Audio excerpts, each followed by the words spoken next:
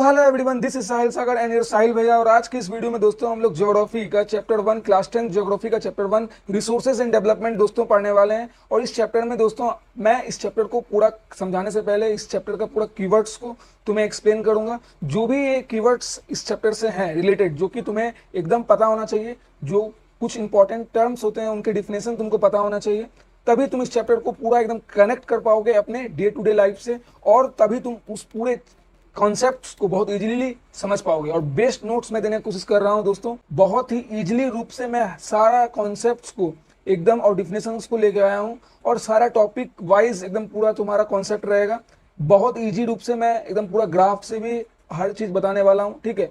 तो बहुत ही easy chapter है ये, तुम्हें एकदम इसका नोट्स बना लेना चाहिए। और तुम्हारा पीरियोडिक टेस्ट वगैरह एग्जामिनेशन होने वाला होगा तो बहुत ही हेल्पफुल रहेगा।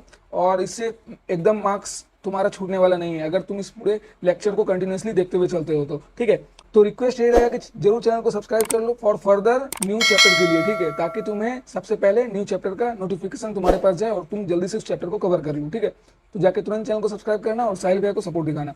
तो चलो स्टार्ट करते हैं इस पूरे चैप्टर को, ठीक है। तो इस चैप्टर का दोस्तों जो कीवर्ड्स है, ठीक है, यही इंपॉर्टेंस थोड़ा सा जो रहता है मैं हर चैप्टर्स में बताता हूँ, क्योंकि वो पूरा हेल्प आउट करता है तुम्हें चैप्टर्स को समझने में के लिए, ठीक है।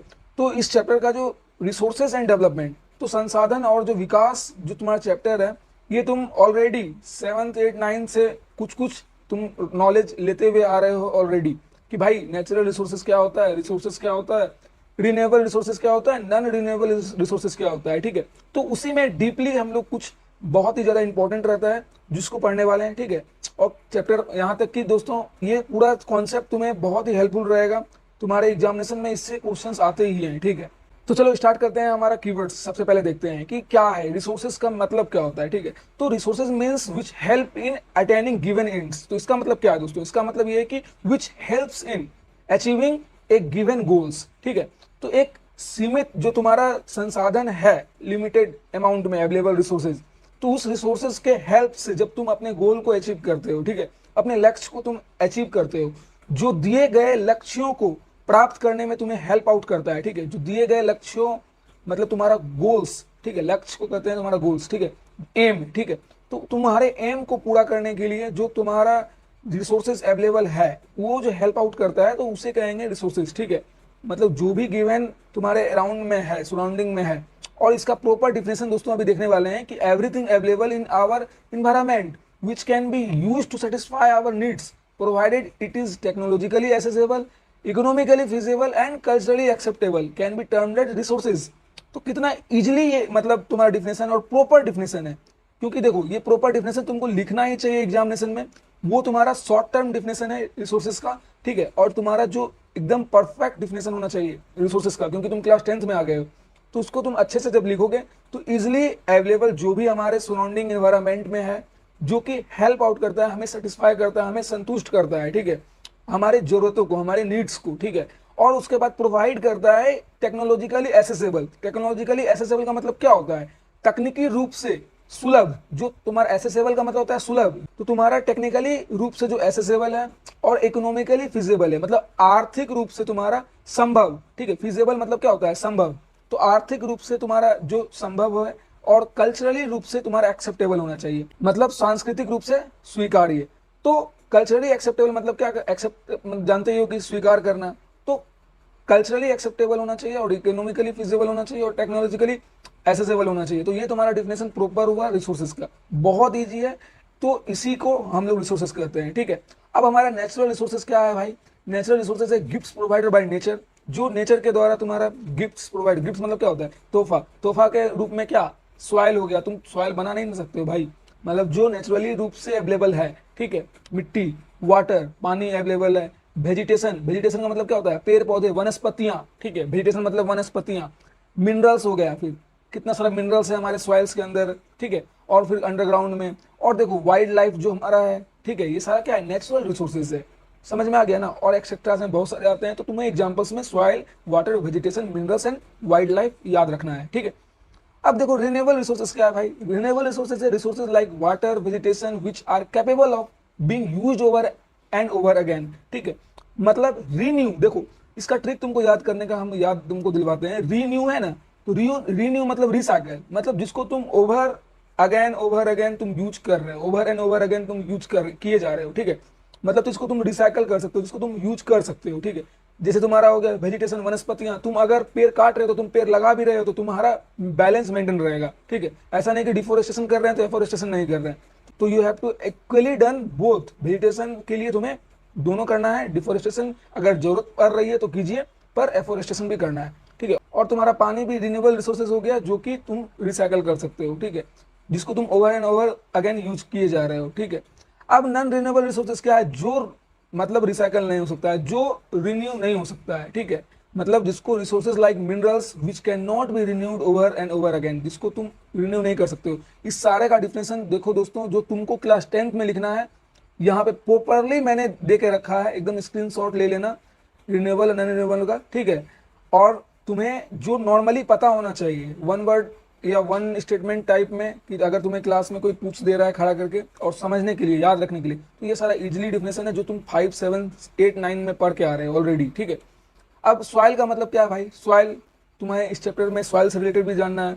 तो upper layer of the earth with humus, humus के साथ, ठीक है, नमी के साथ, जो तुम्हारा upper layer of the earth है, upper layer of the earth का परत, तुम्हारा जो अर्थ का जो सरफेस है, अपर लेयर सरफेस का जो तुम्हारा परत है, लेयर्स जो हैं उनके साथ ह्यूमस अगर है तो उसको सॉइल कहा जाएगा, ठीक है। मिट्टी, ठीक है, मिट्टी में ह्यूमस रहता है, ठीक है, नमी रहता है, तो इस वजह से, ठीक है ना।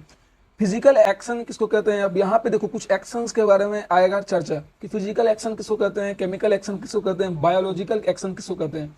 तो actions done by Frost, heat, rainfall, wind, etc., मतलब इसमें क्या होता है ना, कि ब्रेकिंग डाउन ऑफ रॉक्स होता है। फिजिकल एक्शन में ब्रेकिंग डाउन ऑफ रॉक्स होता है, जो कि done by Frost, heat and rainfall के द्वारा टूटते हैं और विंड के द्वारा टूटते हैं, ठीक है। समझ में आ गया ना? फिजिकल एक्शन इसको कहेंगे। केमिकल एक्शन किसको कहेंगे भाई? अब action of water and air in oxidisation, carbonisation and dissolution of rocks. मतलब केमिकल एक्शन में क्या हो रहा है? डिसोल्यूशन ऑफ रॉक्स हो रहा है बाय इसके द्वारा, ऑक्सीडाइजेशन हो रहा है एयर में इस वजह से, और कार्बोनाइजेशन हो रहा है इस वजह से, तो उसको कहेंगे केमिकल एक्शंस, ठीक है। अब बायोलॉजिकल एक्शन क्या है भाई? Action taken by plants and animal, जो एक्शन तुम्हारा टेकन किया जा रहा है, लिया जा रहा है बाय पेड़ पौधे और जानवरों के द्वारा, ठीक है, एनिमल्स एंड प्लांट्स के द्वारा, as well as by man in breaking the rocks. मतलब जो भी action plants, animal and human beings के द्वारा लिया जा रहा है रॉक्स को तोड़ने में, ठीक है, ब्रेकिंग डाउन ऑफ रॉक्स करने के लिए, तो उसको कहेंगे बायोलॉजिकल रॉक्स। तो ब्रेकिंग डाउन ऑफ रॉक्स का ये तीनों प्रोसेस रहता है, physical action, biological action and तुम्हारा केमिकल एक्शंस, ठीक है दोस्तों। हमारा लास्ट कीवर्ड्स है सस्टेनेबल इकोनॉमिक डेवलपमेंट, ठीक है। इसका मतलब क्या है? Development which takes place without damaging the environment and without sacrificing the interest of the future generation. देखो, ऐसा डेवलपमेंट, ऐसा विकास जो कि किया जा रहा है, लेकिन बिना ही अपने वातावरण को, अपने एनवायरनमेंट को बिना डैमेज पहुंचाए हुए, ठीक है, हम लोग अगर कर रहे हैं वैसा विकास, तो उसको कहेंगे सस्टेनेबल इकोनॉमिक डेवलपमेंट। तो इसलिए without sacrificing the interest of future generation, हमें ऐसा डेवलपमेंट करना है जो कि इन्वायरमेंट को भी डैमेज नहीं कर रहा है और हमारे फ्यूचर जनरेशन के रिसोर्सेज को भी डैमेज कर रहा है, तो इसलिए सस्टेनेबल इकोनॉमिक डेवलपमेंट करना है, ठीक है। तो ये हमारा प्रॉपर डिफिनेशन हो गया। अब हम लोग चलते हैं दोस्तों हमारे मेन चैप्टर पे और टॉपिक वाइज हर चीज समझते हैं, ठीक है। तो अभी तुरंत मैंने तुम्हें बताया कि रिसोर्सेज का मीनिंग क्या होता है, फुल डिफिनेशन तुम्हें बताया कि जो भी हमारे अराउंड इन्वायरमेंट में अवेलेबल है, जो कि यूज हम लोग सेटिस्फाई करते हैं खुद के डेली नीड्स को उपयोग करने के लिए और पूर्ति करने के लिए, और जो कि टेक्नोलॉजिकली तुम्हारा एसेसेबल है, इकोनॉमिकली रूप से फिजिबल है और कल्चरली रूप से एक्सेप्टेबल है, ठीक है। तो इसे कहेंगे रिसोर्सेज। और तुम्हारा हो गया टाइप ऑफ रिसोर्सेज। अब आता है किस किस बेसिस पे तुम अपने रिसोर्सेज को, संसाधनों को डिवाइड करके रखे हो, ठीक है। तो this resources can be classified into flowing ways. तो क्या तुम्हारा है? On the basis of origin, origin के बेसिस पे, on the basis of exhaustibility, ठीक है, कितना खपत हो रहा है, on the basis of ownership, ownership के बेसिस पे, और on the basis of the status of development, और डेवलपमेंट के स्टेटस के बेसिस पे। समझ में आ गया? ये चारों तुम्हें लिखना है अगर टाइप ऑफ रिसोर्सेज तुम्हें पूछता है तो किस किस बेसिस पे क्लासिफाई किया गया। क्लासिफिकेशन ऑफ रिसोर्सेज, यहाँ पे तुम लिख सकते हो क्लासिफिकेशन ऑफ रिसोर्सेज, ओके। तो चलो हम लोग चलते हैं on the basis of origin में क्या सब आता है भाई। अब बायोटिक एंड एबायोटिक, अभी डिफिनेशन देखने वाले हैं तुरंत। बायोटिक एबायोटिक क्या होता है भाई? तुम 5, 7, 8, 9 से पढ़ के आ रहे हो कि बायोटिक एबायोटिक क्या होता है। अब तुम्हारा आ गया एक्सोटिबिलिटी क्या है, रिन्यूएबल नॉन रिन्यूएबल। अभी तुरंत तुम्हें इसके बारे में भी रिलेट किए थे कि रिन्यू जिसको है, जिसको over and over again use कर सकते हैं, रिन्यूएबल है, जिसको यूज मतलब हमेशा नहीं कर सकते नॉन रिन्यूएबल है। On the basis of ownership क्या है भाई, individual, community, national and international. ठीक है, जो इंडिविजुअली हो, कम्युनिटी के बेसिस पे हो, और नेशनली राष्ट्र लेवल पे हो, और अंतरराष्ट्रीय लेवल पे हो। ठीक है, इंटरनेशनल, नेशनल, कम्युनिटी और इंडिविजुअल लेवल पे जो ऑनरशिप है, उस ऑनरशिप पे डिवाइडेड रिसोर्सेज को कहेंगे। On the basis of ownership आपने रिसोर्सेज को क्लासिफाइड किया है, जिसमें कि इंडिविजुअल भी आते हैं, कम्युनिटी के भी लोग आते हैं, और तुम्हारा नेशनल लेवल पे होती है बात, और फिर इंटरनेशनल लेवल पे बात होती है। ठीक है, ऑनरशिप के मामले में। On the basis of status of development, अब डेवलपमेंट का जो स्टेटस है उसके बेसिस पे कैसे होगा, पोटेंशियल देखते हैं हम लोग, क्या हमारा पोटेंशियल है, potential resources, developed stock resources and reserve resources, कि हमारा रिजर्व रिसोर्सेज क्या सब है।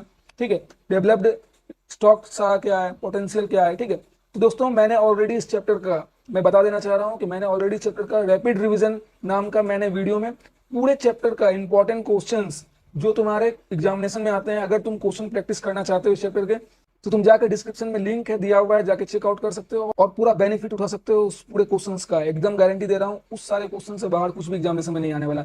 बिल्कुल जो सीबीएसई पूछती है एग्जामिनेशन में क्वेश्चन, एकदम मैंने उसी को उठाया था, और एकदम इस बार भी 2024 के बैच वाले बच्चे भी, तुम सीनियर से पूछना कमेंट में, उनको भी एकदम क्वेश्चन इनसे आया था मैथ जो मैंने बताया था। ठीक है, अब देखो बायोटिक रिसोर्सेज तुम्हारा क्या है, biotic resources obtain from biosphere and have life such as human beings, flora and fauna, fishers, livestock etc. वही है बायोटिक, मतलब लिविंग ऑर्गेनिज्म, सीधी सी बात है।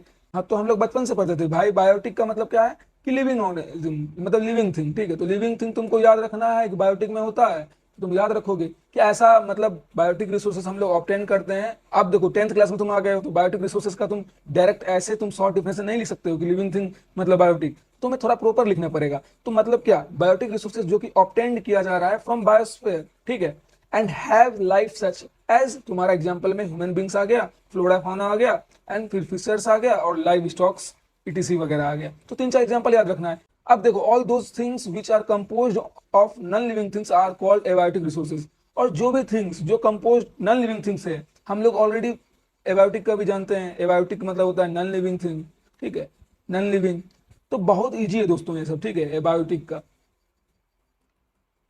ठीक है, तो बहुत इजी है ये सब, बहुत इजीली हर चीज तुम समझने वाले हो इस चैप्टर में, कोई बड़ा तोप नहीं मार दिया इस चैप्टर में। ठीक है, तो रियली कह रहा हूँ, फॉलो करते हुए चलो, बहुत मजा आने वाला है। ठीक है, तो जो भी तुम्हारा थिंग कंपोज्ड होता है नॉन लिविंग थिंग से, तो उसको कहेंगे एबायोटिक रिसोर्सेज। जैसे कि एग्जांपल हो गया तुम्हारा रॉक्स और मेटल, तो एग्जांपल तुमको हमेशा याद रखना है। ठीक है, एग्जांपल तुमको बायोटिक का भी याद रखना है और फिर एबायोटिक का भी याद रखना है। ठीक है, अभी तुरंत दोस्तों हम लोगों ने डिस्कस किया था रिन्यूएबल रिसोर्सेज का और नॉन रिन्यूएबल रिसोर्सेज का। तो रिन्यूएबल रिसोर्सेज तुम्हारा प्रॉपर डिफिनेशन उस समय क्या, मैंने शॉर्ट टर्म डिफिनेशन बताया था, तो प्रॉपर डिफिनेशन तुम्हारा हो जाएगा कैन बी रिन्यूड, मतलब renewable resources are the resources which can be, यहाँ पे तुम ऐसे लिख सकते हो which can be renewed or reproduced by physical, chemical और मैकेनिकल प्रोसेस। मतलब हम लोग फिजिकल, केमिकल और मैकेनिकल प्रोसेस से जिस भी रिसोर्सेज को रिन्यूड कर सकते हैं, रिप्रोड्यूस कर सकते हैं, रिसाइकल कर सकते हैं, उसको कहेंगे रिन्यूएबल रिसोर्सेज। तो देखो ये प्रॉपर डिफिनेशन है तुम्हारे एज ए 10th क्लास। ठीक है, you are in 10th class now, not in 5, 7, 8। ठीक है, तो so you have to write appropriate definition for given terms. ठीक है, तो for example solar and wind energy तुम्हारा हो गया, जैसे कि तुम रिन्यू कर सकते हो, सोलर एनर्जी तुम जितना मन चाहो उसको रिन्यू करो, विंड एनर्जी तुम जितना मन चाहो उसको रिन्यू करो, वाटर हो गया, फॉरेस्ट हो गया, वाइल्ड लाइफ इटीसी। ठीक है, 3-4 एग्जांपल है भाई, याद रखना है। नॉन रिन्यूएबल रिसोर्सेज क्या है, resources occurs over a very long geological time, मतलब ऐसा रिसोर्सेज जो कि बहुत लंबे समय तक, बहुत लंबे जियोग्राफिकल मतलब जियोलॉजिकल टाइम पीरियड पे मतलब होते हैं, जिसमें कि मिनरल्स एंड फॉसिल फ्यूल्स आते हैं, जिसको कि तुम डोंट रिन्यूड, मतलब नॉट रिन्यूड। ठीक है, नॉन रिन्यूएबल मतलब तुम रिन्यूड नहीं कर सकते हो भाई। तो इस वजह से एकदम तुमको याद रखना है कि minerals and fossil fuels are the examples और सच रिसोर्सेज जो कि तुम्हारा नॉन रिन्यूएबल है, जिसको तुम रिन्यू नहीं कर सकते हो, और बहुत लंबा लंबा टाइम इसको लगता है, लंबा लंबा जियोलॉजिकल टाइम लगता है, भूगोलिक समय लगता है इनको होने में, अकड़ होने में। ऐसा नहीं कि भाई चुटकी बजा करके हम जब मन चाहे भाई मिनरल्स को पैदा कर लिए उगा लिए, या फिर फॉसिल फ्यूल्स को पैदा कर लिए उगा लिए। ठीक है, तो ऐसा नहीं है। ठीक है, तो इसको बहुत सारा जियोलॉजिकल टाइम, भूगोलिक समय लगता है। तो ये सारा प्रक्रिया है, जियोलॉजिकल प्रोसेस है, तो टाइम टेकन प्रोसेस है, जिसको कि एक बार तुम अगर खत्म कर दिए तो फिर वो तुम रिसाइकल नहीं कर सकते हो। ठीक है, और this resources take millions of the years in the formation, वही चीज यहाँ लिखा हुआ है भाई, millions of the years, this are the NCERT line. ठीक है, मैंने एकदम एनसीईआरटी का लाइन उठाया भाई, मैंने एकदम एनसीईआरटी लाइन, ये एकदम मिलियंस ऑफ द ईयर्स इसको लगते हैं तुम्हें फॉर्मेशन होने में, ठीक है, फॉर्म होने में मिलियंस ऑफ ईयर लगते हैं। 1 मिलियन में 10 लाख, तो लाखों वर्ष लगते हैं, तुम बोल सकते हो वैसे में, ठीक है। अब देखो इंडिविजुअल रिसोर्सेज किसको कहते हैं? इंडिविजुअल रिसोर्सेज मतलब are owned privately by individual, मतलब ऐसा रिसोर्सेज जो कि प्राइवेटली किसी के द्वारा, किसी इंडिविजुअल के द्वारा तुम्हारा ऑन किया हुआ है, ठीक है, मतलब ले लिया गया है प्राइवेटली किसी एक इंडिविजुअल के द्वारा। अगर रिसोर्सेज को, किसी रिसोर्सेज को लिया गया तो उसको कहेंगे, जैसे एग्जांपल हो गया many farmers own land which is allotted to them by government against the payment of revenue, मतलब जो कि सरकार के रेवेन्यू के अगेंस्ट सरकार के द्वारा, ठीक है, बहुत सारे किसानों को जो जमीन दिया जाता है फार्मिंग करने के लिए, मतलब खेती करने के लिए, ठीक है, फार्मर्स को अलॉट किया जाता है सरकार के द्वारा against the payment of revenue, तो उसको कहेंगे इंडिविजुअल रिसोर्सेज, क्योंकि वो तुम्हारा फार्मर का है, ठीक है।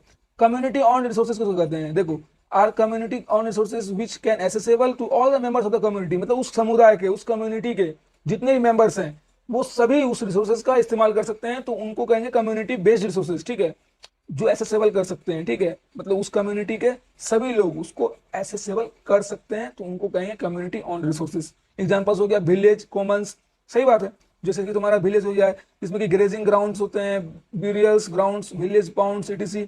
अरे तुम वहां का कोई भी पाउंड वाउंड है तो सब लोग यूज करेगा ना उसका, तो भाई तुम अकेला बोलोगे कि मेरा ये पूरा झील है, ये मेरा पूरा पाउंड है, ठीक है, तो तुम ऐसा तुम बोल नहीं सकते, क्योंकि वो कम्युनिटी बेस्ड ऑनरशिप है, ठीक है, सभी का हक है, उस कम्युनिटी के सभी का लोगों का हक है। तो public parks, picnic spots, playground in urban areas, तो ये तुम्हारा रूरल एरियाज का एग्जांपल था, ग्रामीण क्षेत्र में, ठीक है, और ये तुम्हारा अर्बन था, तो याद रखना है, ठीक है। अब चलो चलते हैं, हमारा जो नेचुरल रिसोर्सेज है इसको क्या कहते हैं? नेचुरल रिसोर्सेज मतलब technically all the resources belong to the nation, जो भी रिसोर्सेज, जो भी संसाधन एकदम तुम्हारा देश के, राष्ट्र के बिलोंग, राष्ट्र से बिलोंग करता है, ठीक है, जो भी रिसोर्सेज बिलोंग करता है एकदम नेशन से, नेशन के लिए, उसको कहेंगे तुम्हारा राष्ट्र रिसोर्सेज, मतलब नेशनल रिसोर्सेज, ठीक है। The country has legal power to acquire even private property for public goods, और कंट्री को, उस देश को, उस वहां के राष्ट्र को ये लीगल पावर्स होते हैं एक्वायर करने का, जो भी प्रॉपर्टी है, जो भी प्राइवेट प्रॉपर्टी है पब्लिक गुड्स के लिए, ठीक है, पब्लिक के मतलब भलाई के लिए प्राइवेट प्रॉपर्टी को भी एक्वायर करने का वहां पे लीगल अथॉरिटी रहता है, ताकि उस रिसोर्सेज का इस्तेमाल करके लोगों का मतलब बहुत सारा कल्याण किया जा सके पब्लिक बेनिफिट के लिए, ठीक है। अब दोस्तों हमारा आ गया इंटरनेशनल रिसोर्सेज, जो कि international institution which regulate some resources, ठीक है, जो इंटरनेशनल इंस्टीट्यूशन है जो कि कुछ रिसोर्सेज को रेगुलेट करते हैं, जैसे कि तुम्हारा ocean resources beyond 200 kilometre of the exclusive economic zone belong to open ocean and no individual country can utilise this without the concurrence of the international institution, मतलब जैसे कि तुम्हारा 200 kilometre of the exclusive economic zone से तुम्हारा कोई ocean, open ocean तुम्हारा belong करता है, तो कोई भी तुम्हें, नो इंडिविजुअल, किसी को अधिकार नहीं है, किसी देश को अधिकार नहीं है कि भाई बिना पूछे, मतलब इंटरनेशनल इंस्टीट्यूशन के हस्तक्षेप के, मतलब बिना उसके हस्तक्षेप के, मतलब इंटरनेशनल इंस्टीट्यूशन से बिना परमिशन लिए हुए और बिना उसके कंकरेंस के तुम वहां पे चले जाओगे, बोलेगा भाई वहां मेरा हक है, तो हमको उसका यूटिलाइज करने दो, ठीक है, तो वो सब चीज तुम नहीं कर सकते हो, ठीक है। तो these are the international resources, ठीक है। अब पोटेंशियल रिसोर्सेज किसको कहते हैं? Resources which are found in a region but have not been utilised, मतलब ऐसा रिसोर्सेज भाई जो कि अवेलेबल है, ठीक है, लेकिन उसका यूटिलाइजेशन तुम नहीं कर पा रहे हो, उसको कहेंगे पोटेंशियल रिसोर्सेज, ठीक है, उसका तुम यूटिलाइज नहीं कर पा। जैसे तुम्हारा एग्जांपल है the western part of the India, particularly Rajasthan and Gujarat, जैसे कि हमारा वेस्टर्न पार्ट हमारे भारत में क्या है, पार्टिकुलरली तुम्हारा राजस्थान गुजरात है, हैव इनॉर्मस पोटेंशियल, वहां पे बहुत सारे पोटेंशियल है, क्षमता है for the development of the wind and solar energy, सही बात है, विंड और एनर्जी और सोलर एनर्जी के लिए बहुत ज्यादा क्षमता है, but so far this have not been developed properly, पर फिर भी हम लोग इसको, मतलब ये तुम्हारा जो पोटेंशियल रिसोर्सेज है depending upon the government of the country, ठीक है। अगर तुम इसको कंपेयर करना चाहते हो कि कंट्री के जो सरकार है, ठीक है, हमारे देश का सरकार पे डिपेंड करता है हमारे देश का पोटेंशियल रिसोर्सेज, कि भाई वो किस तरीके से उपयोग कर पा रहा है, नहीं कर पा रहा है, ठीक है, हमारे देश का सरकार ये चीज डिसाइड करेगा कि भाई हाँ, अगर वेस्टर्न इलाका में, मतलब जैसे कि राजस्थान गुजरात में, अगर मुझे विंड एनर्जी और तुम्हारा सोलर एनर्जी का बहुत ज्यादा उपयोग करके अपने पोटेंशियल को दिखाना है, तो वो वहां पे इन्वेस्टमेंट करेंगे, वहां पे सोलर पैनल वगैरह लगवाएंगे, विंड एनर्जी के लिए सारा चीज लगेगा। लेकिन अगर फिर भी अभी तक उतना अच्छे से तरीके से नहीं हो पाया, तो इसका मतलब है कि कहीं ना कहीं लैक है गवर्नमेंट में, तो इस वजह से अभी तक नहीं हो पाया है अच्छे तरीके से डेवलप्ड। फिर भी हो रहा है, time to time, it's take and time, ठीक है, बट धीरे धीरे हो ही रहा है, हम लोग देख रहे हैं एज कम्पेरेबल टू, अगर तुम अभी के 10 साल को पिछले 20 साल से, मतलब अभी के 10 साल को लेकर के इस 10 साल के पिछले 20 साल से कंपेयर करोगे तो we are on the top phase of the developing, ठीक है। हम लोग टॉप फेज पे चल रहे हैं, डेवलप्ड होने के फेज के कगार पे हैं, ठीक है। तो धीरे धीरे पहुंच ही जाएंगे, don't worry. We are hope कि हमारे प्रधानमंत्री के जो लक्ष्य हैं 2047 के, कि we are on the top, we are in the developed country में गिनती होना है, तो हो सकता है ऐसा हो, देखते हैं होप सो क्या होता है, ठीक है। अब हमारा जो डेवलप्ड रिसोर्सेज क्या है, डेवलप्ड रिसोर्सेज हमारा है कि resources which are surveyed and their quality and quantity have been determined for utilisation. Developed resources मतलब क्या, ऐसा रिसोर्सेज जिसका सर्वे किया जाता है, सर्वे करने के बाद उसका डिसाइड किया जाता है कि भाई हाँ, अगर हमने कुछ रिसोर्सेज को पाया, कुछ रिसोर्सेज तुम्हारा डेवलप्ड है, तो उसका सर्वे कर लिए, उसका क्वालिटी एंड क्वांटिटी देख लिए भाई कि अगर मात्रा उसका सही है कि नहीं है। ऐसा नहीं कि भाई हमको 2 ही किलो है, मेरा सपोज एग्जाम्पल ले रहा हूं कि मेरे पास 2 kg रिसोर्सेज अवेलेबल है और उसको पूरे भारत में डिस्ट्रीब्यूट तुम कर पाओगे, इट इज नॉट पॉसिबल। तो ये मस्ट है कि तुम्हारे पास सफिशिएंट अमाउंट में मतलब रिसोर्सेज रहना चाहिए, और उसका क्वालिटी एंड क्वांटिटी, क्वालिटी भी अच्छा होना चाहिए और क्वांटिटी भी अच्छा होना चाहिए, ताकि उसका यूटिलाइजेशन बाद में किया जा सके, ठीक है। अब हमारा आता है दोस्तों next topic, development of resources. Resources का डेवलपमेंट अब हम लोग कैसे करेंगे, ठीक है। तो resources are vital for human survival as well as for maintaining the quality of life. तो ऑलरेडी हम लोग जानते हैं दोस्तों कि हमारा जो संसाधन है ये वाइटल फॉर ह्यूमन बींग्स, बहुत ही मुख्य और बहुत ही बड़ा, ठीक है, रीजन है ह्यूमन सर्वाइवल का। मनुष्य के यहाँ पे जो जीवन मतलब तुम्हारा चल रहा है धरती पे, तो यहाँ पे जो धरती पे जीवन चल रहा है इसका मुख्य कारण है रिसोर्सेज, यहाँ पे संसाधन है अवेलेबल। तो इस वजह से as well as for maintaining the quality of life, क्योंकि रिसोर्सेज ही हेल्प आउट करता है हमारे क्वालिटी ऑफ लाइफ और स्टैंडर्ड ऑफ लिविंग को इंक्रीज करने के लिए, ठीक है। तो you have to always remember that कि resources always helps us to promote our quality and standard living, ठीक है, स्टैंडर्ड लाइफ ऑफ लिविंग, ठीक है।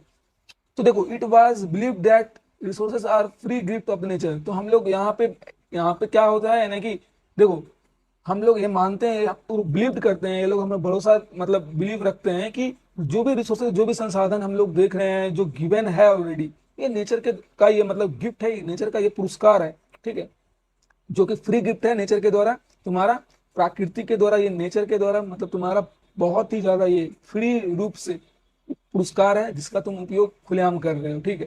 Human beings use them indiscriminately and this has lead to the following major problems. देखो यही चीज हम तुमको कहना चाह रहे थे कि प्राकृतिक जो हमारा अवेलेबल है, जो प्रकृति के द्वारा रिसोर्सेज हम लोगों के द्वारा फ्री गिफ्ट्स है, यहाँ पे मनुष्य क्या करता है ना कि उसका गलत इस्तेमाल करने लगता है। गलत इस्तेमाल करने का मतलब ये है कि इनडिस्क्रिमिनेटली यूज करने लगता है। मतलब क्या भाई, हाँ, बिना कोई भाई भेदभाव के एकदम इनडिस्क्रिमिनेटली, मतलब क्या पूरा एकदम तरह कैसे मतलब यूज कर रहे हैं, खपत कर रहे हैं, कुछ सोचना नहीं है कि खत्म हो जाएगा तो क्या करेंगे, हमारा फ्यूचर जनरेशन क्या करेगा, ठीक है, कोई लेना देना नहीं है, बस अपना बारे में सोच रहे हैं अभी के जो भी जनरेशन के लोग हैं, ठीक है। तो ह्यूमन बींग्स को ये चीज समझना चाहिए कि भाई हाँ, कोई रिसोर्सेज अगर प्रकृति ने हमारे लिए छोड़ा है तो हम लोग भी हमारे फ्यूचर जनरेशन के लिए उसको बचा के रखें, उसको संभाल के रखें। तो इसलिए हम लोगों को इस चीज पे मतलब गहराई रूप से सोचना चाहिए और समझना चाहिए। तुम लोग भी स्टूडेंट हो अभी, तो तुम्हें ये चीज समझना चाहिए, और यहाँ तक कि ज्यादा से ज्यादा हो सके तो जागरूक अवेयरनेस फैलाना चाहिए इस चीज से रिलेटेड। तो हर चीज के बारे में भी हम लोग और पढ़ने वाले हैं डिटेल में। तो यही चीज जो इनडिस्क्रिमिनेटली यूजेस ऑफ तुम्हारा जो रिसोर्सेज है, मेजर प्रॉब्लम्स को, यहाँ पे मेजर प्रॉब्लम्स को क्रिएट करता है भाई। क्या से प्रॉब्लम्स है वो? तो प्रॉब्लम्स है depletion of resources for satisfying the greed of few individual. यहाँ पे डिप्लेशन किया जा रहा है रिसोर्सेज का, मतलब जबरदस्ती रूप से मतलब रिसोर्सेज को ऐसा तरीका से यूज किया जा रहा है ना, लोगों के, कुछ लोगों के, इंडिविजुअल लोगों के लालच को, ग्रीड मतलब होता है लालच, ठीक है, कुछ इंडिविजुअल लोगों के लालच को पूर्ति करने के लिए, उनके फुलफिलमेंट को पूरा करने के लिए, ठीक है, उनके सेटिस्फैक्शन को पूरा करने के लिए, ठीक है, ये जो डिप्लेशन ऑफ रिसोर्सेज है बहुत ही ज्यादा घातक साबित हो सकता है, ठीक है। तुम्हारा depletion of resources for satisfying the greed of few individual is the first point of your major problems. और तुम्हारा सेकंड पॉइंट हो गया accumulation of resources in few hands which in turn divided the society into two segment that have no not और rich और poor. देखो यहाँ क्या हो रहा है ना कि एक्यूमुलेशन ऑफ रिसोर्सेज हो रहा है, कुछ लोगों के हाथों में रिसोर्सेज का मतलब क्या कहते हैं ना, ज्यादा पावर आ गया है, जो कि क्या कर रहा है ना कि सोसाइटी को दो सेगमेंट में, दो रूप में डिवाइड कर दे रहा है, ठीक है, जिसमें तुम्हारा एक रिच और पुअर सोसाइटी और पुअर सेगमेंट का लोग और रिच सेगमेंट का लोग आते हैं, ठीक है। तो दोस्तों हमारा जो थर्ड पॉइंट है, indiscriminate exploitation of resources has lead to the global ecological crisis such as global warming, ozone layer depletion तुम्हारा हो गया, और फिर इन्वायरमेंटल पॉल्यूशन हो गया एंड लैंड डिग्रेडेशन हो गया। यहाँ पे समझने का और बहुत ही ज्यादा इंपॉर्टेंट है, गवर्नमेंट के साथ साथ यहाँ पे पब्लिक को भी समझने का जरूरत है कि भाई जो तुम्हारा इंडिस्क्रिमिनेटली, जो तुम बिना भेदभाव के जो एक्सप्लॉयटेशन कर रहे हो, शोषण कर रहे हो रिसोर्सेज के साथ, संसाधनों के साथ जो तुम शोषण कर रहे हो एकदम बिना किसी भेदभाव के, जितना इंडिस्क्रिमिनेटली वर्ड तुम मतलब रिसोर्सेज के साथ यूज कर रहे हो, इतना इंडिस्क्रिमिनेटली वर्ड अगर तुम यार जेंडर और कास्ट क्रीड में करोगे तो वो वहां अच्छा रहेगा, लेकिन तुम रिसोर्सेज के साथ कर रहे हो यार। तो इसलिए सरकार को और जनता दोनों को समझना चाहिए कि जो तुम बिना किसी भेदभाव के एक्सप्लोटेशन जो शोषण कर रहे हो संसाधनों का, ये बहुत ही बड़ा ग्लोबल रूप से इकोलॉजिकल क्राइसिस, क्राइसिस का मतलब होता है विपदा। तो जो विपदा मतलब जो ऐसा प्रॉब्लम, अभी जो कोरोना क्राइसिस आया था, महामारी था, वो पेंडेमिक था, ठीक है, कोरोना वायरस पेंडेमिक, कोविड-19 पेंडेमिक था, ठीक है, तो वो पेंडेमिक था, लेकिन यहाँ क्राइसिस आ जाएगा, ऐसा क्राइसिस आ जाएगा, ऐसा विपदा आ जाएगा भाई कि तुम्हें कुछ रिसोर्सेज ही नहीं बचेगा, तुम करते रह जाना, ठीक है, नौटंकी। तो इसलिए तुम बिना किसी भेदभाव के जो रिसोर्सेज का जो शोषण कर रहे हो, ये ग्लोबल वार्मिंग जैसा, ओजोन लेयर डिप्लेशन जैसा, इन्वायरमेंटल पॉल्यूशन जैसा और लैंड डिग्रेडेशन जैसा, जो ये चारों पांचों मुख्य कारण है, एकदम याद रखना कि ये सारा प्रॉब्लम क्या सब तुम्हारा लीड्स करता है, ये जो तुम्हारा इंडिस्क्रिमिनेटली एक्सप्लॉयटेशन ऑफ रिसोर्सेस है, ये लीड्स करता है ग्लोबल इकोलॉजिकल क्राइसिस, जो कि तुम्हारा ग्लोबल वार्मिंग है, ग्लोबल वार्मिंग है बाबू। दूसरा है ओजोन लेयर डिप्लीशन, ठीक है। तीसरा तुम्हारा हो गया इन्वायरमेंटल पॉल्यूशन। चौथा हो गया तुम्हारा लैंड डिग्रेडेशन। तो सोचना चाहिए ये सारा चीज, ठीक है, जनता को सोचना चाहिए। हर चीज सरकार नहीं कर सकती है, सरकार लिमिटेशन लगा सकती है, लेकिन यहाँ पे जनता मतलब बिना किसी भेदभाव के शोषण किए जा रहा है, ठीक है। जितना बिना किसी भेदभाव के यहाँ पे शोषण कर रहा है संसाधनों का, उतना अच्छे तरीके से अगर बिना किसी भेदभाव के आप कास्ट क्रीड ये सब चीज करना बंद कर दीजिएगा, धर्म के आधार पे जो भेदभाव है, कास्ट के आधार पे जो भेदभाव है, जो फिर उसके बाद जेंडर के आधार पे जो भेदभाव है, ये सारी चीज बंद कर दोगे तो भाई वहां इंडिस्क्रिमिनेटली वर्ड का इस्तेमाल ज्यादा करो, तो वो अच्छा रहेगा। जनता को ये चीज समझना चाहिए, ठीक है। तो इसलिए डेवलपमेंट ऑफ रिसोर्सेज में ये चीज तुमको जरा एकदम बहुत ज्यादा इंपॉर्टेंट था, और ये चार्ट तुमको एक माइंड मैप चार्ट है, इस चार्ट को एकदम बना लेना तुम्हारे अपने कॉपी में। एकदम तुमको आ सकता है कि क्लासिफिकेशन ऑफ रिसोर्सेज बताइए, ठीक है। तो वहां पे लिखना है कि नेचुरल रिसोर्सेज इधर, इधर ह्यूमन रिसोर्सेज है, ये नेचुरल रिसोर्सेज है, ये ह्यूमन रिसोर्सेज है, फिर नेचुरल रिसोर्सेज में रिन्यूएबल रिसोर्सेज, फिर नॉन रिन्यूएबल रिसोर्सेज, फिर तुम्हारा रिन्यूएबल रिसोर्सेज में कंटिन्यूअस और फ्लो, जैसे कि तुम्हारा हो गया एग्जांपल विंड वाटर, ठीक है, एनर्जी जो कि रिन्यूएबल रिसोर्सेज में आता है एग्जांपल। फिर उसके बाद बायोलॉजिकल रिसोर्सेज आता है रिन्यूएबल रिसोर्सेज में। फिर तुम्हारा बायोलॉजिकल का भी दो भाग है, नेचुरल वेजिटेशन हो गया, क्योंकि बायोलॉजिकल का पार्ट है ना भाई, जो वनस्पतियां हैं, फॉरेस्ट तुम्हारा है, ये तुम्हारा बायोलॉजिकल प्रोसेस है। फिर वाइल्ड लाइफ हो गया, ये सारा बायोलॉजिकल प्रोसेस है। तो ये सारे तुम्हारे नेचुरल में आते हैं, ठीक है। और एक और है नॉन रिन्यूएबल में, तुम्हारा नॉन रिन्यूएबल के पार्ट में रिसाइकलेबल आता है और नॉन रिसाइकलेबल आता है। तो रिसाइकलेबल तुम्हारा एग्जाम्पल हो गया मेटल्स, और नॉन रिसाइकलेबल हो गया फॉसिल फ्यूल्स, ठीक है।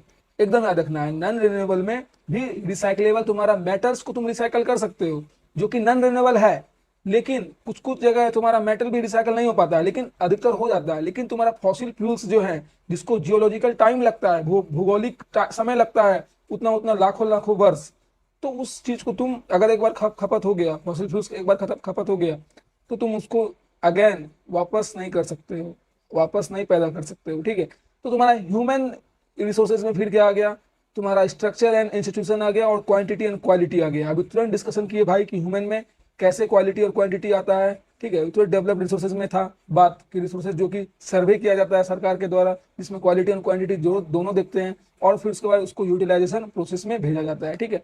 तो हमारा ये पूरा टॉपिक था। और फिर हमारा नेक्स्ट टॉपिक आता है कि रिसोर्सेज प्लानिंग इन इंडिया। हमारा जो रिसोर्सेज प्लानिंग है भारत में कैसा चल रहा है, ये प्लानिंग, ठीक है, जो संसाधन का जो प्लानिंग है भारत में कैसा चल रहा है भाई, ठीक है। तो it involves identification of inventory of resources across the regions of the country, ठीक है। ये इन्वॉल्व कर रहा है तुम्हारा जो इन्वेंटरी और आइडेंटिफिकेशन है, पहचान है, उस पर इन्वॉल्व कर रहा है, जिसमें कि इन्वॉल्व सारे क्या आते हैं, सर्वे आते हैं, मैपिंग आता है, क्वालिटेटिव एंड क्वांटिटेटिव एस्टिमेशन आता है, और मेजरमेंट ऑफ द रिसोर्स आता है। तो तुमसे कोई पूछेगा कि भाई हमको ये बताओ कि भारत में रिसोर्सेज प्लानिंग कैसे हो रहा है, तो तुम वहां पे बताना कि भाई देखो यहाँ पे जो है ना सर्वे के द्वारा, ठीक है, सर्वे के द्वारा, सर्वेइंग, फिर मैपिंग के द्वारा, ठीक है। फिर उसका क्वालिटेटिव के द्वारा, फिर क्वांटिटेटिव एस्टिमेशन, क्वालिटेटिव और क्वांटिटेटिव मतलब क्वांटिटी के अनुसार और क्वालिटी के अनुसार जो एस्टिमेशन लगा जा रहा है, अंदाजा लगा जा रहा है, और मेजरमेंट ऑफ रिसोर्सेज, रिसोर्सेज का मेजरमेंट करते हुए और सर्वे करते हुए और मैपिंग करते हुए हर चीज, ये सारा जो हमारा रिसोर्सेज का एक प्लानिंग का रूप है, पार्ट है, ठीक है। हमारे भारत में ये इंपॉर्टेंट फैक्टर है, रिसोर्सेज का प्लानिंग भारत में इसी पे डिपेंड करता है, ठीक है, ध्यान रखना है। अब हमारा दोस्तों नेक्स्ट पॉइंट है कि evolving a planning structure endowed and with appropriate technology skills and institutional setup for implementing resource development plans. तो इस वजह से क्या किया जा रहा है हमारे भारत देश में, रिसोर्सेज प्लानिंग के लिए इंस्टीट्यूशनल सेटअप किया जा रहा है, टेक्नोलॉजी स्किल्स का ज्यादा मतलब तुम्हारा तकनीकी जो तुम्हारा स्किल्स है उस पर ज्यादा फोकस किया जा रहा है। देखो समझने की कोशिश करना है, जो रिसोर्सेज प्लानिंग रहती है वो सरकार के द्वारा निर्देश दिया जाता है, लेकिन वो निर्देश जो है उसको फॉलो करने के लिए तो वहां पे संस्थान रहना चाहिए ना। जैसे कि कोई चीज हम लोग बनवाते हैं, सरकार लोग जो पुल बनवाता है, ठीक है, अगर ब्रिज बनवा रहा है तो वो जो रिसोर्सेज क्रिएट हो रहा है, मतलब ब्रिज बन रहा है, तो उसका जो टेंडर दिया जा रहा है कंस्ट्रक्शन के लिए, तो वो तो किसी कंपनी को दिया जा रहा है, वो किसी संस्थान को, इंस्टीट्यूशन को दिया जा रहा है। तो इस वजह से जो इम्प्लीमेंटेशन होगा रिसोर्सेज डेवलपमेंट का, ये सारे जो प्लान्स है, जो सरकार के प्लान्स रहते हैं, तो ये सारा इम्प्लीमेंटेशन इंस्टीट्यूशनल सेटअप के द्वारा जो संस्थानिक जो संस्थान रहते हैं, ठीक है, सरकारी संस्थान, ये सारा इस सारे चीज को इम्प्लीमेंट करती है कि कैसे हमारे प्लान्स को, डेवलपमेंटल गोल्स को, डेवलपमेंटल प्लान्स को, डेवलपमेंटल एम्स को फुलफिल करके पूरा करना है, ठीक है। Matching the resources development plans with overall national development plans, ठीक है, वही चीज है कि पूरे डेवलपमेंटल प्लान्स को फिर मैच किया जाता है, जो भी रिसोर्सेस हैं, ठीक है, उसको मैच किया जाता है डेवलपमेंटल प्लान से with overall natural development plan से, ठीक है, राष्ट्रीय डेवलपमेंट प्लान से भी उसको पूरा मैच आउट किया जाता है। जो भी रिसोर्सेज डेवलपमेंटल प्लान है उसको राष्ट्र मतलब नेशनल डेवलपमेंटल प्लान से मैच आउट किया जाता है, तभी जाकर के उसको फिर कोई संस्थान, कोई इंस्टीट्यूशनल उसको इम्प्लीमेंट कर पाती है, ठीक है। अब आ गया दोस्तों हमारा टॉपिक कंजर्वेशन ऑफ रिसोर्सेज। तो कंजर्वेशन ऑफ रिसोर्सेज दोस्तों हम लोग शुरुआत से पढ़ते हुए आ रहे हैं, 5, 7, 8, 9 मतलब पढ़ ही रहे होगे तुम लोग ये सारा चीज, ठीक है, कि भाई हमें संसाधनों का कैसे कंजर्वेशन, उसको कैसे बचाना है, उसका कंजर्वेशन कैसे कर सकते हैं। तो यहाँ पे मैंने इंपॉर्टेंट जो तुम्हारे एनसीईआरटी में था उसको मैंने लेके रखा है, और तुम एक्स्ट्रा पॉइंट जानना चाहते हो तो तुम जाकर के मेरा वीडियो लेक्चर देख सकते हो, जिसमें मैंने क्वेश्चंस आंसर्स बताए हैं, वहां पे मैंने बता के रखे हैं कि कैसे कंजर्वेशन करना है, ठीक है। तो बहुत ईजी चैप्टर है ये। तो यहाँ पे जो इंपॉर्टेंट एनसीईआरटी का जो तुम्हारा था कि कैसे हो रहा है resources conservation at various level at is important. देखो वेरियस लेवल पे यहाँ पे लेवल्स क्या सब आएगा, तो वही लेवल्स का डिस्कशन मैंने किया है उस क्वेश्चन वाले रैपिड रिवीजन वीडियो में इस चैप्टर का। तो जाके उस वीडियो को जरूर दिखाओ, सपोर्ट दिखाओ सैल भैया को, और तुम्हारे लिए बहुत ही ज्यादा हेल्पफुल होने वाला है इस चैप्टर का सारा क्वेश्चन जो मैंने उस वीडियो में प्रोवाइड करके रखा है। अब देखो यहाँ पे क्या कह रहा है सेकंड पॉइंट में, Gandhi ji was very apart in voicing his concern about resources conservation in this world. देखो गांधी जी भी मतलब कंजर्वेशन ऑफ रिसोर्सेज से रिलेटेड बहुत ही ज्यादा कंसर्न इससे मतलब थे, और उन्होंने एक मतलब स्टेटमेंट दिया था, अपने शब्दों के द्वारा कुछ बातों को बताया था, जिससे कि तुम्हें ये पता चलता है कि रिसोर्सेज को कंजर्व करना कितना ज्यादा इंपॉर्टेंट है। देखो क्या कह रहा है कि there is enough for everybody needs and not for everybody greeds. इसका बहुत बड़ा अर्थ है, मतलब क्या, there is enough for everybody needs, हमारे पृथ्वी पे जो प्राकृतिक नेचर के द्वारा जो प्रोवाइड किया हुआ संसाधन है वो इनफ है हमारे जरूरतों को पूरा करने के लिए, ठीक है, पर हमारे लालच को पूरा करने के लिए ये काफी नहीं है, ठीक है। समझने की कोशिश करना भाई कि हमारे जरूरतों को पूरा करने के लिए जितना प्रकृति के द्वारा रिसोर्सेज प्रोवाइडेड है हमारे जरूरतों को पूरा करने के लिए वो काफी है, लेकिन हमारे लालच को, हमारे ग्रीड को, ठीक है, हमारे एक इंडिविजुअल लोगों के जो ग्रीड्स होते हैं उनको पूर्ति करने के लिए नहीं है अवेलेबल, ठीक है, पर हमारे डेली नीड्स को फुलफिलमेंट करने के लिए है, ठीक है। तो यहाँ होता ये है ना कि लोग लालच हो जाते हैं, मतलब लालची हो जाते हैं कि भाई हम ही सब चीज मतलब कर लें, सब चीज हम ही हथियार लें, ठीक है, ऑनर बन जाए, हम ही ऑनरशिप हम मेरे हाथ में आ जाए रिसोर्सेस का। तो ये सारा चीज गलत चीज है, ठीक है, तो ये सब सारा चीज समझना चाहिए। तो हमारा दोस्तों हम नेक्स्ट टॉपिक है लैंड यूटिलाइजेशन। तो हम लोग जो भूमि पे रहते हैं तो उस भूमि का यूटिलाइजेशन किस मतलब प्रकार करते हैं, ठीक है, ये तुम्हारा टॉपिक है अब नेक्स्ट।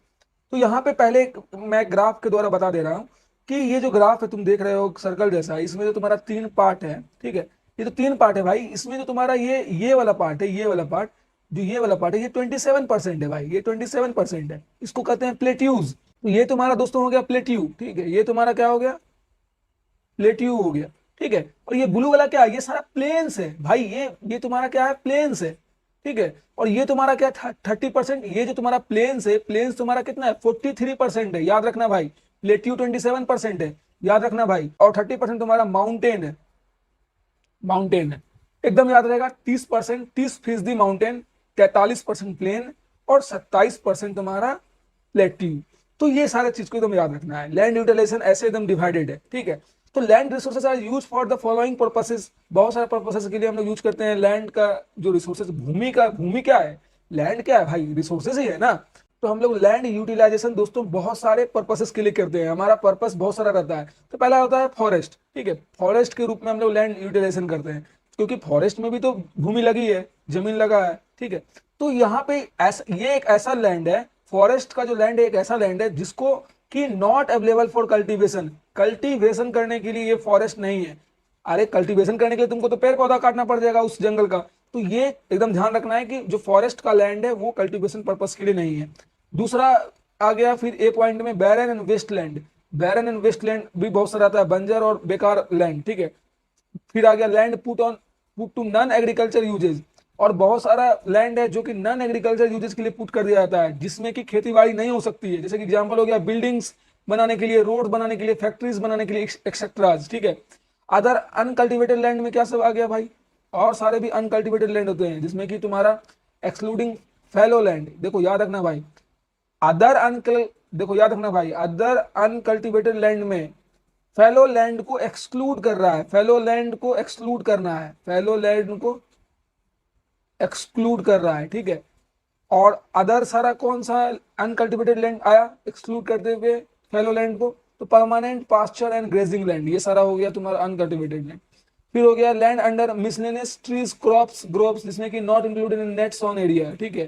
फिर कल्चरेबल वेस्ट लैंड सारा रहता है, जिसमें कि left uncultivated for more than 5 साल से भी मतलब पुराना हो चुका है, मतलब 5 साल से उसमें कुछ हुआ ही नहीं, कुछ उपजा ही नहीं है, ठीक है। एग्रीकल्चर ईयर में मतलब था ही नहीं, कुछ भी उस पर मतलब उपजा नहीं है वैसा जमीन, ठीक है।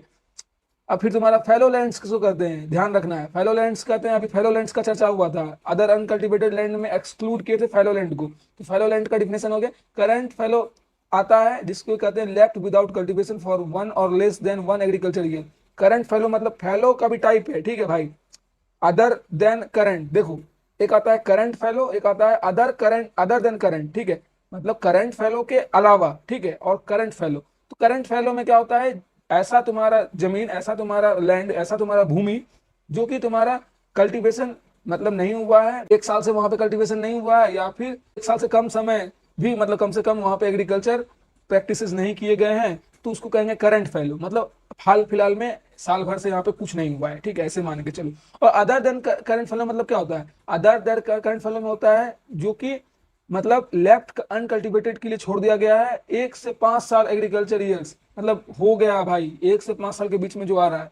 मतलब आज ये जमीन मान लो क्रिएट हुआ अच्छा तरीका से, मतलब उसका सॉइल फर्टाइल है उस समय के लिए, ठीक है, लेकिन उसको 5 साल 4 साल के लिए उसको छोड़ दिया गया, तो वो आ गया अदर देन करंट फैलो वाले सिचुएशन में।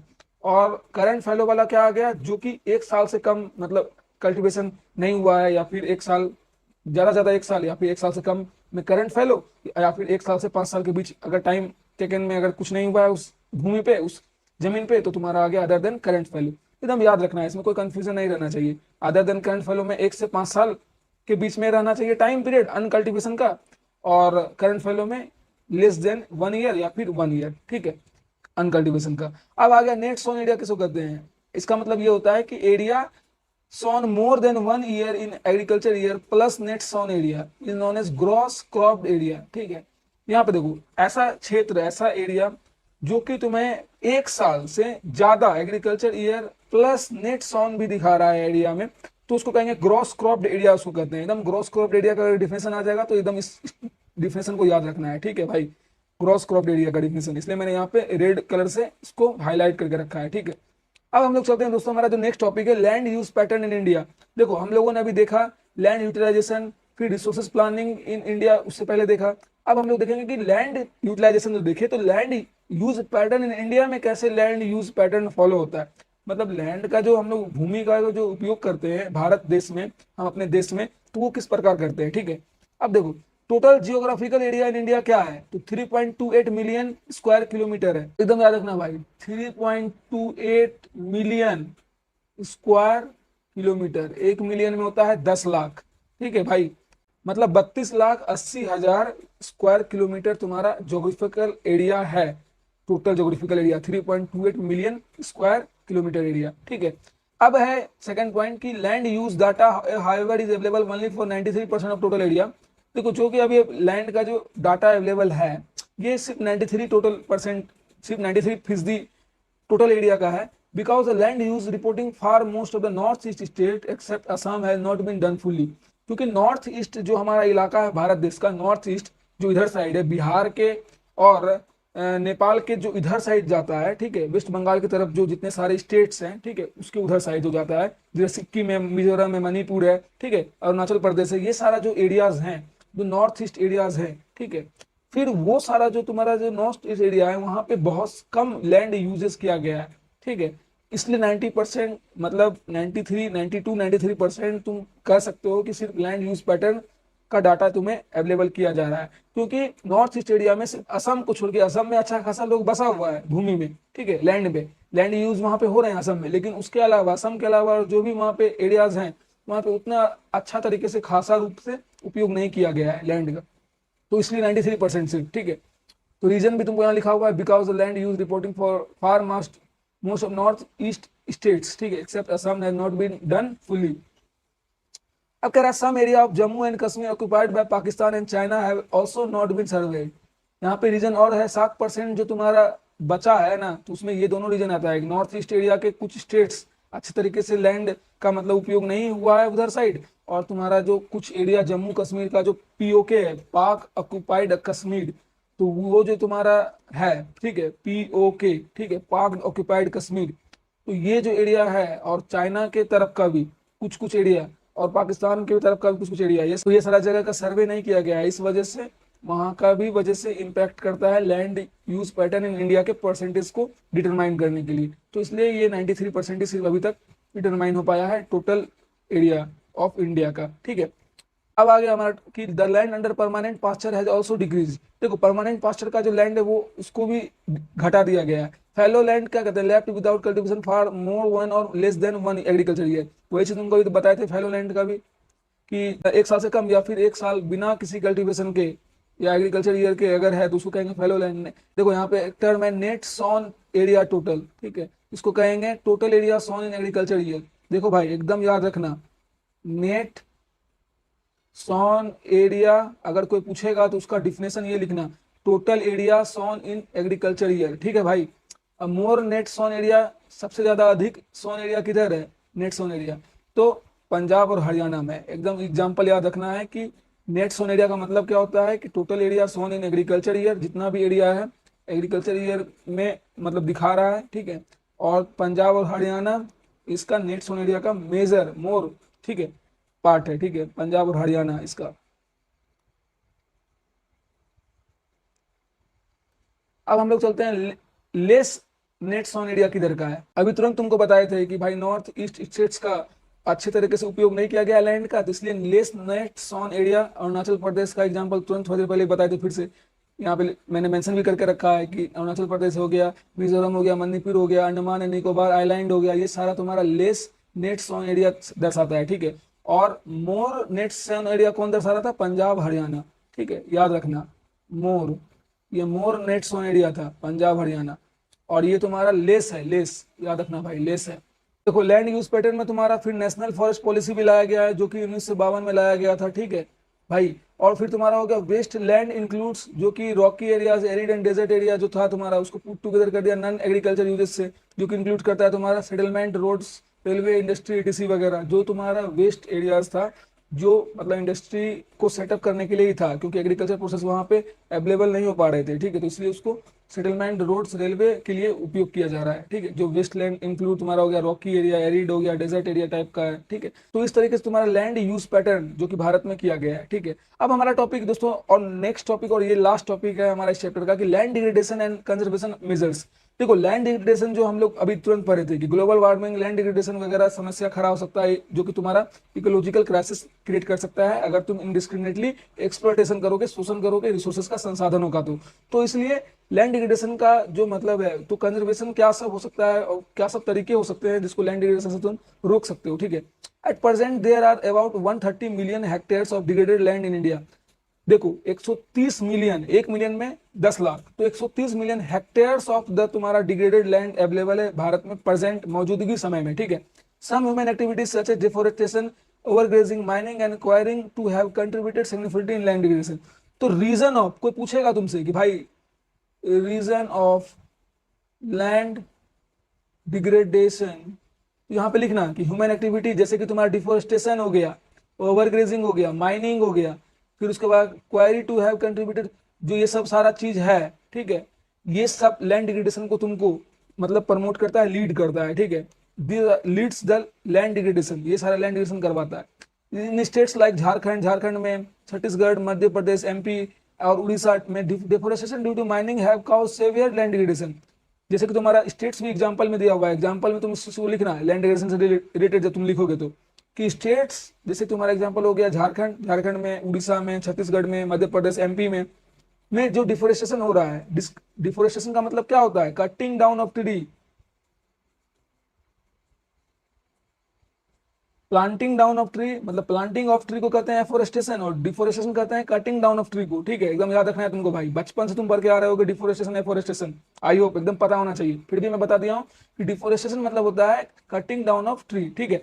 तो डिफोरेस्टेशन जो तुम्हारा हो रहा है, तो वो जो तुम्हारा झारखंड में, छत्तीसगढ़ में, मध्य प्रदेश, उड़ीसा में जो डिफोरेस्टेशन हो रहा है, ये माइनिंग एक्टिविटीज की वजह से, माइनिंग वहां होती है, ठीक है, झारखंड, छत्तीसगढ़, मध्य प्रदेश वगैरह में माइनिंग होता है, इस वजह से जो तुम्हारा डिफोरेस्टेशन हो रहा है, माइनिंग करने के लिए तो तुम्हारा डिफोरेस्टेशन करना पड़ेगा, तो वहां पे सीवियर लैंड डिग्रेडेशन देखा गया है इस वजह से, ठीक है। सीवियर मतलब ज्यादा रूप में, खतरनाक रूप में लैंड डिग्रेडेशन वहां पे इस वजह से देखा जाता है।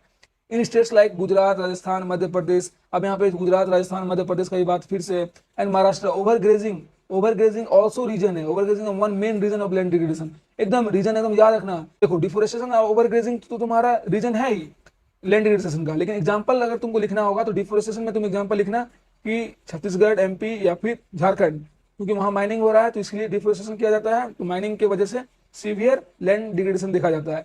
और फिर गुजरात, राजस्थान एग्जांपल में लिखना कि भाई गुजरात, राजस्थान या फिर महाराष्ट्र में ओवरग्रेजिंग की वजह से मेन रीजन है लैंड डिग्रेडेशन का, ठीक है। तो ये सारा ओवरग्रेजिंग का एग्जांपल हो गया स्टेट्स का, ठीक है, मतलब ओवरग्रेजिंग कहाँ पे ज्यादा किया जा रहा है जिस वजह से लैंड डिग्रेडेशन हो रहा है, तो महाराष्ट्र, मध्य प्रदेश, राजस्थान, गुजरात वगैरह में, ठीक है। अब तुम्हारा है in the states of Punjab, Haryana, western Uttar Pradesh, over irrigation, एकदम याद रखना भाई कि पंजाब, हरियाणा और वेस्टर्न उत्तर प्रदेश में, वेस्टर्न उत्तर प्रदेश भी, यूपी में भी और पंजाब, हरियाणा में भी जो ओवर इरिगेशन है is responsible for land degradation. तो कौन कौन रिस्पॉन्सिबल था, तो तुम्हारा ओवर इरिगेशन, ज्यादा इरिगेशन कर देना, ठीक है, उत्तर प्रदेश के वेस्टर्न इलाके में या फिर पंजाब, हरियाणा, तो स्टेट्स के साथ तुमको एग्जांपल याद रखना है कि ओवर इरिगेशन कहाँ ज्यादा होता है, पंजाब, हरियाणा, उत्तर प्रदेश में होता है। फिर तो उसके बाद ओवर ग्रेजिंग कहाँ होता है, महाराष्ट्र, राजस्थान, गुजरात, मध्य प्रदेश में होता है। फिर उसके बाद तुम्हारा लैंड डिग्रेडेशन जो डिफोरेस्टेशन की वजह से होता है, माइनिंग के कारण जो सीवियर लैंड डिग्रेडेशन हो जाता है, ये झारखंड, छत्तीसगढ़, मध्य प्रदेश, उड़ीसा में होता है। तो ये स्टेट के साथ तुमको याद रखना है कि what are the region behind the land degradation, तो रीजन के साथ कौन कौन सा रीजन, कौन कौन से स्टेट्स में होता है, तो ये तुमको याद रखना है। तो इसका कंजर्वेशन मेजर्स क्या है, तुम इसको कैसे रोक सकते हो, तो स्टॉप यूजिंग द डिफोरेस्टेशन कर रहे हैं तो आप एफोरेस्टेशन भी कीजिए। फिर उसका ओवरग्रेजिंग कर रहे हैं तो जो रिक्वायरमेंट है ओवरग्रेजिंग मत कीजिए, ओवरग्रेजिंग समझ में आ रहा है ना। ओवरग्रेजिंग मतलब ज्यादा नहीं करना है, जो मतलब आवश्यकता है उतना उस हिसाब से कीजिए। माइनिंग को करने से पहले जो डिफोरेस्टेशन कर रहे हैं तो उस इलाके को देखिए, वहां पे ज्यादा जाइए जहां पे माइनिंग पॉसिबल हो, जहां पे डिफोरेस्टेशन कम करना पड़े। अगर डिफोरेस्टेशन करना ही पड़ रहा है तो आप एफोरेस्टेशन भी कर रहे हैं, इस चीज का ध्यान रखना है, ठीक है। मतलब पेड़ काट रहे हैं तो पेड़ लगाना भी अनिवार्य है। और फिर उसके बाद तुम्हारा ओवर इरिगेशन है तो ओवर इरिगेशन को स्टॉप करना है, और जो सफिशियंट अमाउंट में इरिगेशन सप्लाई होना चाहिए वो चीज को प्रोवाइड करना है। तो दीज आर द मेजर्स जो तुम उपाय लगा सकते हो, मतलब लैंड डिग्रेडेशन होने से तुम बचाना चाहते हो, तो ये सारा रीजंस जो अभी मैंने बताया, इस सारे चीज को तुम लिख सकते हो कि ये सारा मेजर तुम पॉइंट लिख सकते हो, उपाय लिख सकते हो कंजर्व करने के लिए लैंड डिग्रेडेशन को, ठीक है। तो दोस्तों यही था हमारा चैप्टर रिसोर्सेज एंड डेवलपमेंट। और दोस्तों यहाँ पे एक ग्राफ दिया हुआ है 1960 से 61 का, देखो यहाँ पे जनरल यूज और यहाँ पे 2002 से 2003 का तुम्हारा एनसीईआरटी का ये ग्राफ है, जिसमें रिपोर्ट किया गया 100% से रिलेटेड। देखो फॉरेस्ट एरिया कौन सा है, बैरन वेस्टलैंड कौन सा है, area and non agriculture use कौन सा है, फिर उसके बाद कलर के हिसाब से सारा चीज मेंशन किया हुआ है। तो ये सारा चीज तुम बुक खोल के भी देख सकते हो, यहाँ पे मैंने ऑलरेडी प्रोवाइड भी कर दिया है, कौन सा क्या है कितना परसेंटेज में है तुम देख सकते हो। ठीक है, अगर क्लियर नहीं दिख रहा है परसेंटेज तो क्वालिटी वीडियो का बढ़ाओ, 1080p में करो, दिख जाएगा। ठीक है, तो दोस्तों यही था हमारा ये चैप्टर 1 ज्योग्राफी का क्लास 10th का रिसोर्सेज एंड डेवलपमेंट। तो दोस्तों आई होप तुम लोगों को बहुत ही मजा आया होगा और आई होप तुम तुरंत नोट्स बना लिए होगे मेरे साथ साथ ही। अगर नहीं बनाए हो तो तुरंत स्क्रीनशॉट लेते, अगर चले हो तो तुरंत बैठ के बनाने बैठ जाओ और स्क्रीनशॉट लेके रख लिए हो तो बहुत अच्छी बात है, जाके तुरंत नोट्स बना लो और चैनल को सब्सक्राइब जरूर करना और साहिल भैया को जरूर सपोर्ट दिखाना। मिलते हैं किसी नेक्स्ट चैप्टर में, नेक्स्ट वीडियो में। Thank you and have a nice day. तो चलो जाके तुरंत नोट्स बना लो।